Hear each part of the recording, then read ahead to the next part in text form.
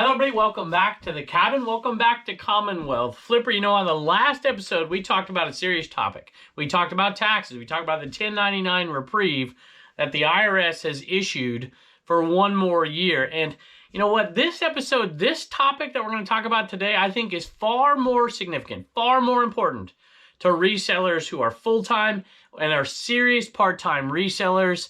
I can't wait to talk about it a little bit. It's something we should all be paying attention to for sure.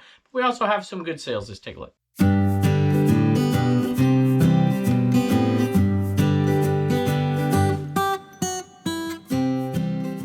So important that I'm only going to do 3 sales before we talk about it. Normally I do 4. When I bought these in a ring, I did not think they would sell for as much as they're selling. When I show that video here pretty soon, people are like, oh, you're such a low baller. I'm like, you know, sometimes you don't know what you're buying out there, especially around here where the internet don't work half the time. Rey Mysterio, $35 plus shipping. And that one actually went to a viewer, went to Sonia. Hi, no, it didn't. Hi, my name is Jacob. The address says Sonia. I'm a huge fan of wrestling and my mom loves your channel. She must be Sonia. Very cool. We are a reselling team. Very cool. Working with your mom. I like that. And you give us so much good advice and inspire us to do better. Very cool. Thank you to your mom and to you, Jacob. We appreciate it, and I hope that you enjoy that figure. This one was a tough buy up here. I'm getting on my ladder, so hopefully I don't break my neck here. Flying Super Grover. And it was a tough one because it's new, but it's not really new, so it's kind of tough. Boy, this is going to be tough. I'm not on this ladder very good here. 2 steps down. See, it was a return. And the box is pretty damaged, and if I recall, like, you hear it try to come on, but the battery's dead and whatever, so who knows? I didn't take it out. There may be corrosion. You just don't know. I don't even remember what I paid for it. It has not been on a video yet. I got to air that video here pretty quick. And it sold, though. It sold for $41. Free shipping on this one. And I've done free shipping kind of as an experiment, but we'll talk that on a later video. And I say we're going to talk about it later because I really do want to get to this topic today. I think it's that important. But I got to get one more item from up there. 2 in a row from up there, but I think I'm going to get this one without the camera in my hand because it's in that bag right there, and I think it's at the bottom of the bag because it was a retail arbitrage buy down at the Disney store, obviously, in Myrtle Beach. All right, I got it, and this stitch right here, Leo and Stitch doll, this I got from that Disney store down there, and I think I paid $8 for it. We're selling it for $36 free ship, and I knew they would be long tail. I figured they would start selling in the spring. This is the first one that we've sold. And it's been listed for a while. We bought 4 of them. And, you know, that's a decent little profit because they're going to go out first class. And we're going to make a little bit of money on them. And, boy, I caught grief. I think I put this out as a TikTok, and people are, you know, some people on TikTok, obviously not resellers, are like, how awful is that? You know, you should leave it for kids to buy and whatever. I'm like, it's at the outlet store because nobody bought it at Disney World. And, you know, because after the season, you know, what are they going to do, right? Or the Disney store, I should say. You know, once it's out of season, you got to store it somewhere. You got to get rid of it. And I'm like, it's going to sell next Easter. So I'll take the discount and I'll make a little bit of money and I'll do it 4 times. And that one sold to a viewer. It sold to Haley or Hallie. And I feel like I saw your name on the CommonwealthPicker.com store. I think you got plans for the Commonwealth Picker shipping table. Unless that's a different Hallie. Is it Hallie? H-A-L-L-A or H-A-L-L-E-Y. Anyway, my daughter loves Stitch. I love watching your channels. And I've recently started reselling, and I'm an elementary school teacher full-time. God bless you. I appreciate all of your insight into reselling. I would love a shout-out, if you wouldn't mind. Well, I just gave you one. And that is awesome. And thank you so much for your purchase. It looks like you're a posher too, maybe? From that name right there. I appreciate it. And best of luck to you. I know teaching is a difficult job and it's not huge pay. And so I did it for 20 years to try to make ends meet with that salary, you know, to provide for a family of 5 people, being the sole income earner outside of the home, and my wife being my partner in my eBay reselling business. And thank goodness, because it was eBay that helped us make ends meet and be able to go on vacations like this right here. And then even on vacation, we're trying to figure out a way to make money. Thanks so much. How many of you do that, by the way? You take your vacations and try to make some money. Every time we go to that outlet, I try to find enough stuff, and I did, to pay for everything that we did that day. And I made more than, well, I eventually will make more than we spent that entire day of shopping, dinner. And I think that day we did Broadway at the beach. I think that's what we did that day. No, Barefoot Landing. And Turner likes to play in that arcade, so I had to make some money. All right, y'all. So last video, we talked about the 1099K $600 threshold being basically delayed for a year. And yeah, I think we avoided being too political, and I think most of you all avoided being too political in the comments. There's a few questionable ones, but we were polite to each other. So I thought I'd bite off what I think is actually a bigger deal. In my opinion, it is a far bigger deal for the future of reselling. And it's not the end of the world, but it is definitely on that kind of sliding slope. I think it's something we should talk about. Most of you may not know what I'm about to talk about. Some of you do, because I'm getting questions about it more and more often. But it is the Inform Consumers Act. And a lot of what I'm going to talk about here in the next minute or two is there's things that I've already talked about in different ways. And we'll kind of draw that in. But I'm not going to go into huge depth and detail with some of that older stuff.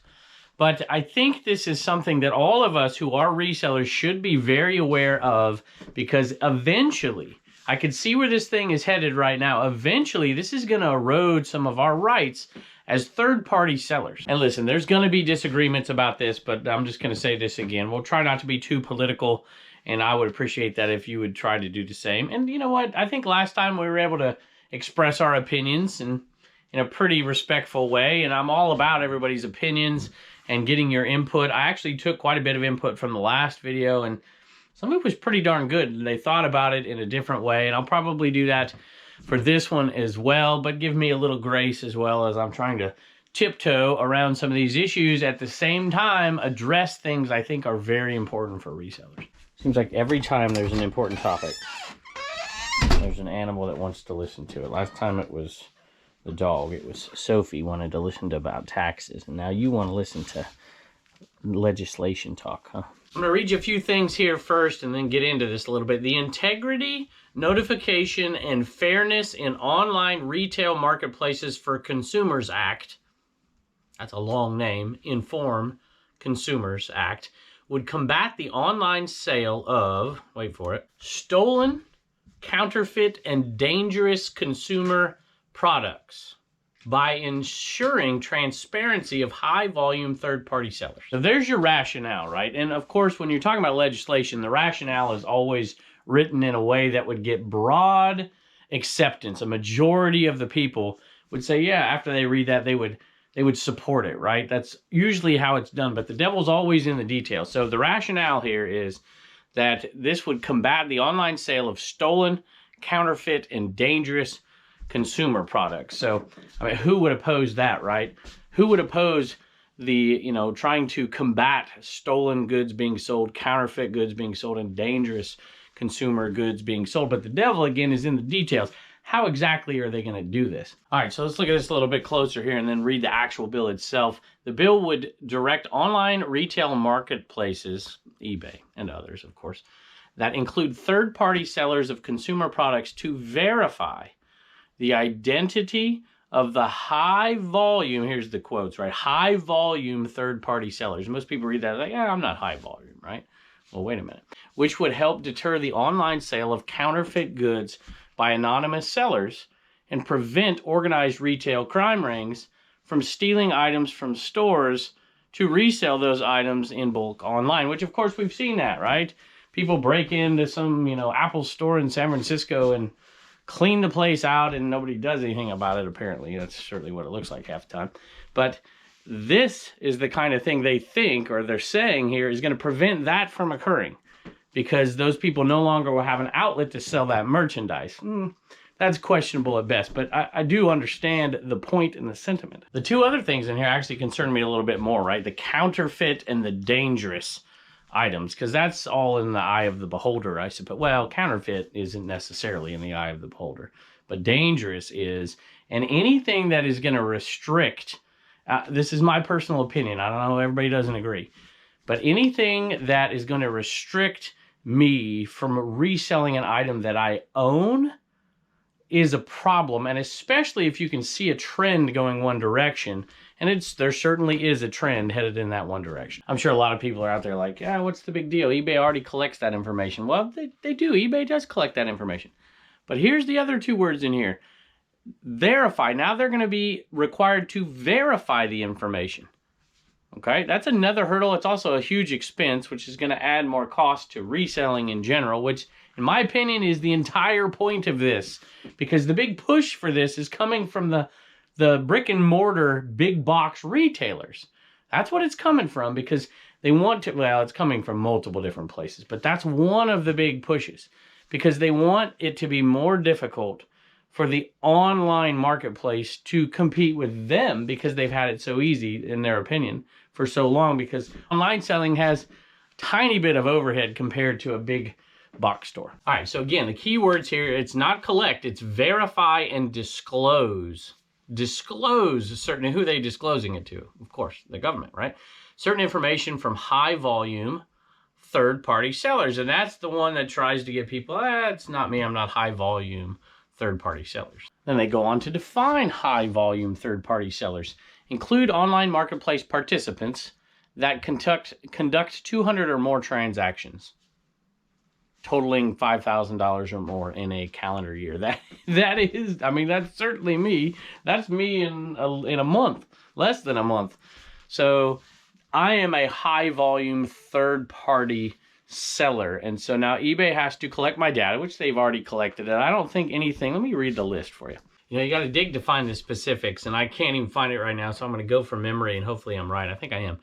Your government ID, so your social security number, your tax number, your EIN, if you're a business like, you know, LLC like me, they require specific information, your banking information. So they need your bank's information, which of course they have at this point, but they have to verify it at this point, which is adding another layer of bureaucracy to what eBay has to do, which means they have to, of course, hire more people, pay more people, raise their fees, of course, to cover the legislation, the requirements of the legislation. It's going to cost eBay money, which means it's going to cost me money, which means it's going to cost you money, and personal information, including phone numbers and addresses of your business, so your home address and stuff, and verify those and report them to, I think, the Federal Trade Commission, the FTC. All right, I just got a phone call from somebody. I'm trying to get back on track here. I could talk about this stuff forever, but I'm not going to. I want to make a few more points, though, and let y'all think about it a little bit. Which, by the way, this bill it's in the big giant omnibus bill, which is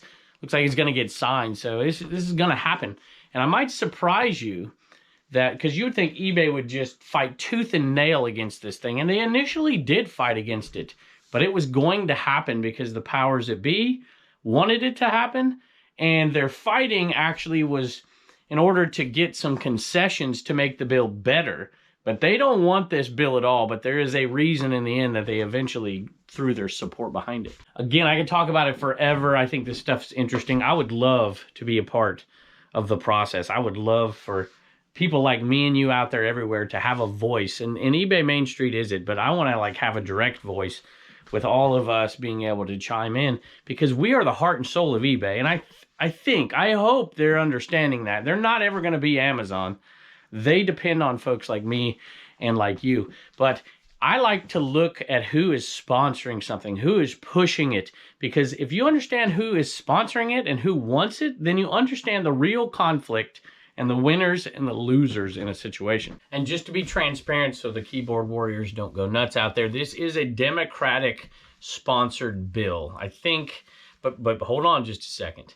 So I'm trying to think, it's Dick Durbin and Schakowsky, so Senate and the House. But this is a bipartisan backed bill. The co-sponsors are Republicans as well. So Cassidy and I'm trying to think who else. There's a few, Rubio in Florida and Grassley, I believe. So there are some Republican co-sponsors of this Democratic sponsored bill. So don't for a minute think that this is a Democrat or Republican thing. You know, all politicians, when it comes down to it, their campaigns are funded by people, and they tend to be funded by people who have a lot of money. And you're going to see that here. Let me read to you the organizations who are pushing this bill. All right, it's a long list. I'm going to go quick. The AFL-CIO, which is no surprise, the Chamber of Commerce, the National Association of Manufacturers, also not a big surprise. One of the big ones was the automotive industry. So, you know, this whole counterfeit thing, you know, secondary parts, you know, aftermarket parts for cars is a massive industry. And if you are a manufacturer of well, I don't know if I want to get into this, but let's just say that you are a manufacturer of, you know, OEM parts, and you want to reduce your competition, this is a great way to do it. So when I see words like counterfeit or dangerous, you know, if you get politicians to agree with your definition of counterfeit and dangerous, then you've just carved out a nice little market for yourself that nobody can penetrate. The National Fraternal Order of Police, which also makes sense. And I'm not saying none of this is legitimate. That's legitimate, right? So if you're a police officer dealing with these massive, almost invasion thefts going on in these big box stores, you know, you would like to do anything to combat this as opposed to combating it on the front line with, you know, firearms. I get that. And so there's some legitimate issues, but to me, this is the red herring, if you will. This is the way it gets in and gets a lot of people to agree with it. But there's a lot of trouble in some of these things when you read through it. All right, look at these other names here. This tells the story, at least it does to me. And I'm not blaming anybody. I just want people to understand what's going on here. Buy Safe America Coalition, which includes the Retail Industry Leaders Association. These are retailers, right? These are the people that people like, you know, you walk into a store and you see something for 80 bucks and then you go on eBay and it's 60 bucks. You're going to buy it from me and you. So these are the people who want to protect their businesses as well. And to me, they're using these issues in order to do that. But, you know, Alliance for Automotive Innovation, we already talked about that. Motor and Equipment Manufacturers Association. The National Association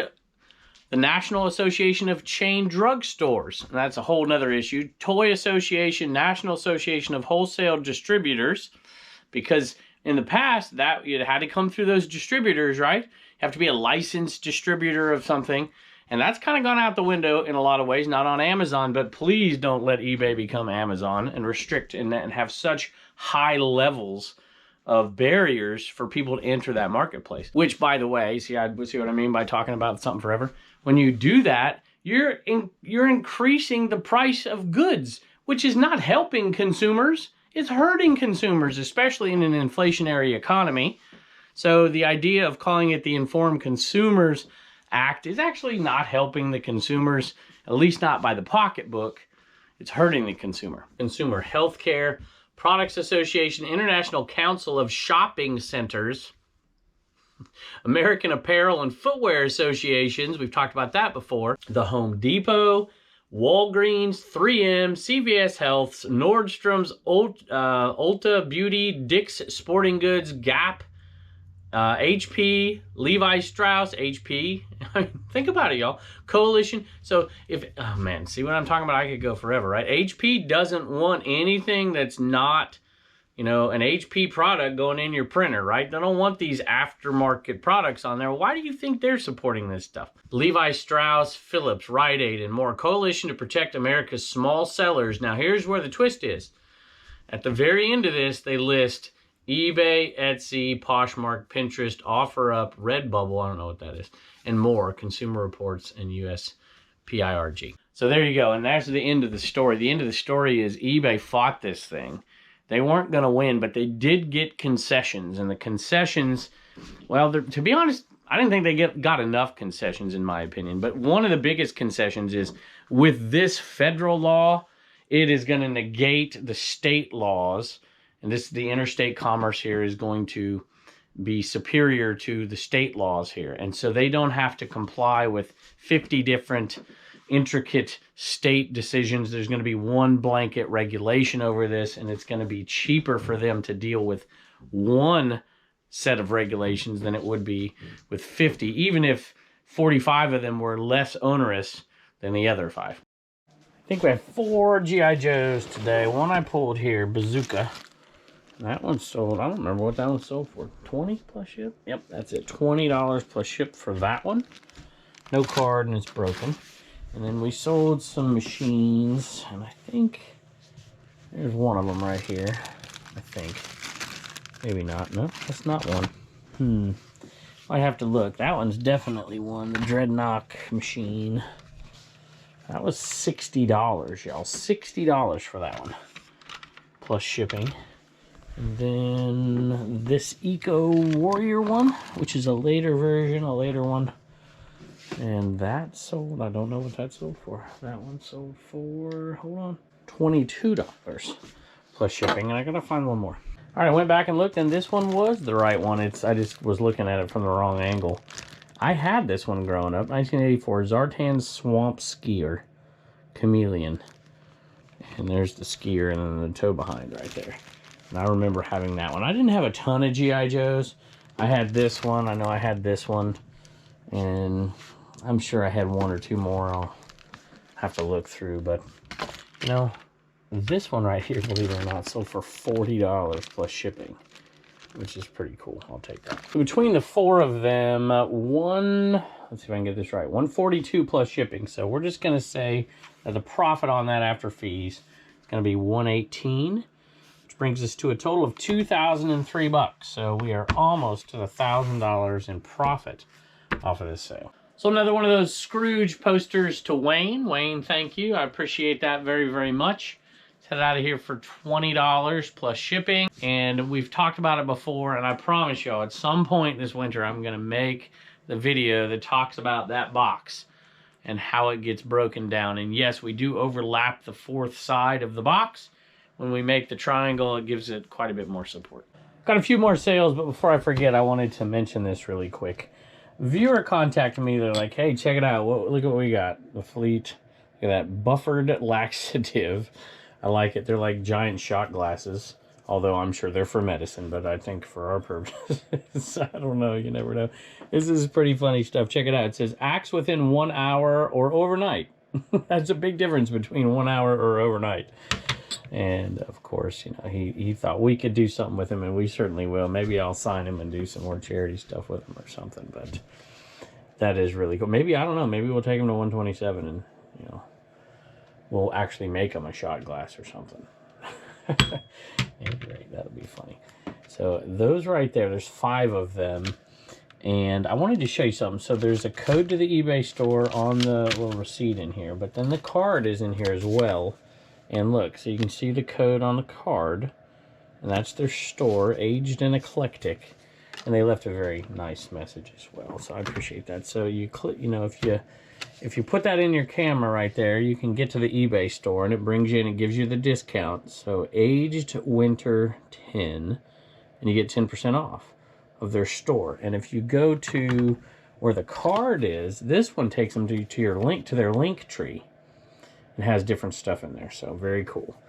I think it's important for people who are selling on a large scale, and it will probably become more important in the coming year. And I want to talk about that a little bit later as well. But thank you very. I don't even think. Do I have your name? I don't even know if I have your name. Hold on a minute. It's Austin. Austin, thank you very much. We'll do something neat with these. Next item, you'll probably be happy to hear me say that they're all gone, because we've been talking about these every day for a few weeks.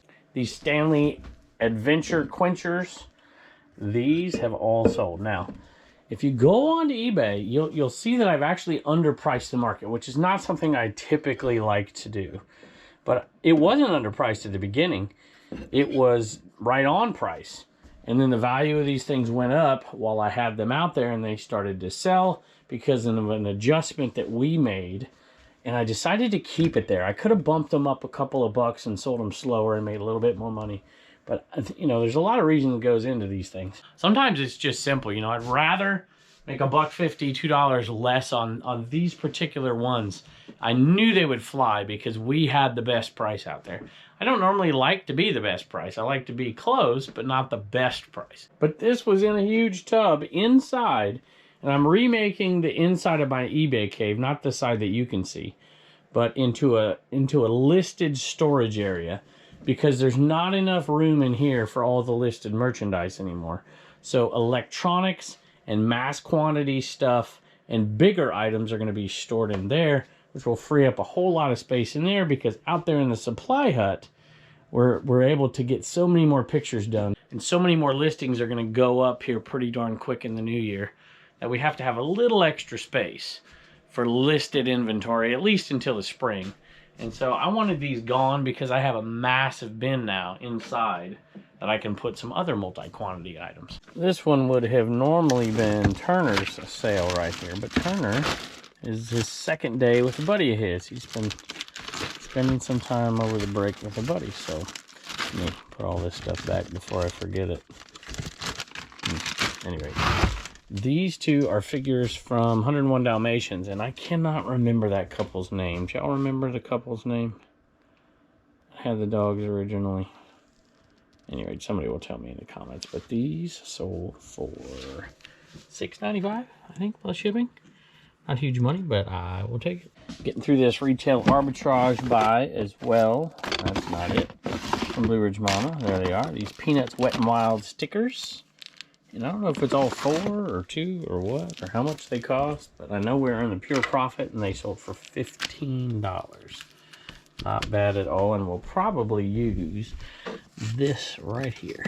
I think, if it's going to be long enough. I'm not sure it will.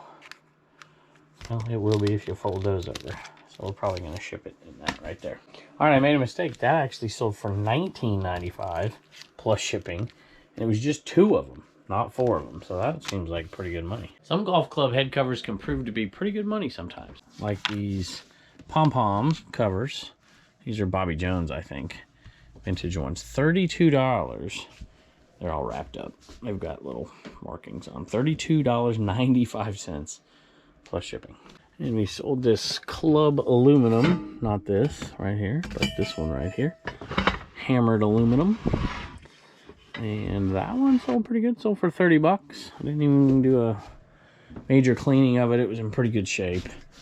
And $29 plus shipping. Sold a Magnavox remote out of Chris Old School Pickers drawer. It's to a VCR. Actually sold for 15 bucks. Free ship. So I'll definitely take that sale right there. All right, y'all, we have a jealous dog here. For good reason, huh?